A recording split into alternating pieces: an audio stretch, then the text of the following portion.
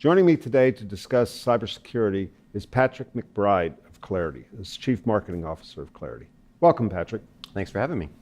You know, in my research, as you know very well, the market for cybersecurity products is very broad. There's lots of players, lots of things. So I'd like if you could just kind of frame what Claroty does so that everybody understands the concept. Sure. So we provide real-time anomaly detection, and it's specifically designed for industrial control networks. So we're not talking about a repurposed traditional IT security solution. This was designed ideally, and from the ground up to be specific for industrial control networks. One thing I see, and you've heard me talk about it, is the problem companies are they're struggling to maintain their security posture. Is this something you're seeing? It's certainly my view, and is something you're seeing, and if so, is there something that Claroty can do to help them? Yeah, certainly. I think a lot of folks have heard about attacks that have happened.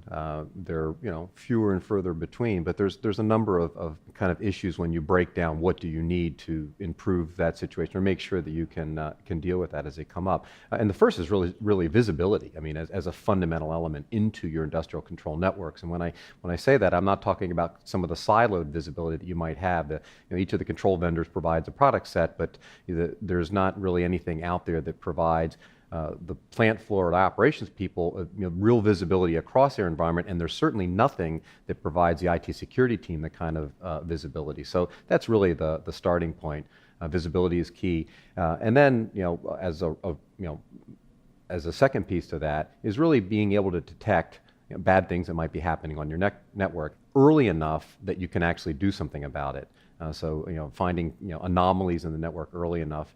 And as we all know, I mean, despite the fact that we like to talk a lot about cyber attacks, those aren't always the big issues. Many of the issues are human errors and things like that. So your anomaly detection tool has to not only be able to detect anomalies from a malicious attacker, but things that may be wrong just based on human error or machine malfunctions, that sort of thing.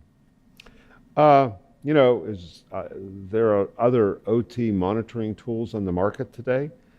So could you please kind of tell me how is Claroty's solution different, or what's not necessarily solution, but Claroty as a company as well? Yeah, so at a company, I mean, we are very fortunate to be by far and away the best funded startup in this space by an order of magnitude in some cases. But it's not just money. The backing that we have from some of the most important institutional venture capital investors like Bessemer and Innovation Endeavors, and industrial companies like Mitsui and Temasek, that having that kind of backing really helps. But again, a lot of money, great backing doesn't do any good unless you've got a really experienced management team. And that doesn't really do you any good unless you've got a very, very good research and engineering team, and we've got one of the best on the planet. Okay. And what about the technology? What differentiates Claroty's technologies from others? Yeah, it's a great question. So starting at a real baseline, and to some extent we think these are table stakes. First of all, we employ a safe, passive DPI approach. So design goal one in the industrial control environment was do no harm. If the pill that you take causes more harm than the thing that it could fix, then that's probably not a good solution. So that was important. So we just simply do this from the network, but we don't actually have a footprint on the network. We just take traffic off a span port. So that's a distinction from some of the vendors.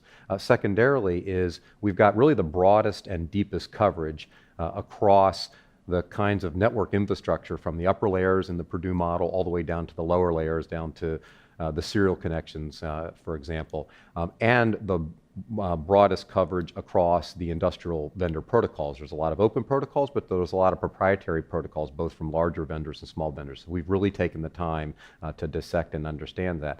With that, we end up having the ability to create a very, very fine grain, high fidelity, if you will, model so that we can detect anomalies early in the attack cycle. So when an attacker may be trying to get a footprint onto the network, but we can then also attack bad things that they're trying to weaponize that or actually do something, maybe make a change to a PLC, for example. So we cover really from the front end to the back end in terms of providing that kind of capability. Those are really kind of starting point things, and I think the major area for differentiation for us is that the kind of alerting we provide. There's Nobody in a security operations center, or nobody that I've met on the plant floor that said, what I need is a couple more alerts. What they've all said is, give me something that means something to me that I can really understand. Don't give me an event stream. Give me a really well-formed, human-readable, understandable alert, and then provide me the rest of the context that I need so that I can really rapidly investigate that and resolve it. So make those alerts, concrete and actionable, and we do that really well. Well, thank you, Patrick. It's a pleasure. Thanks, Sid. We've been talking to Patrick McBride of Clarity. Thank you for watching.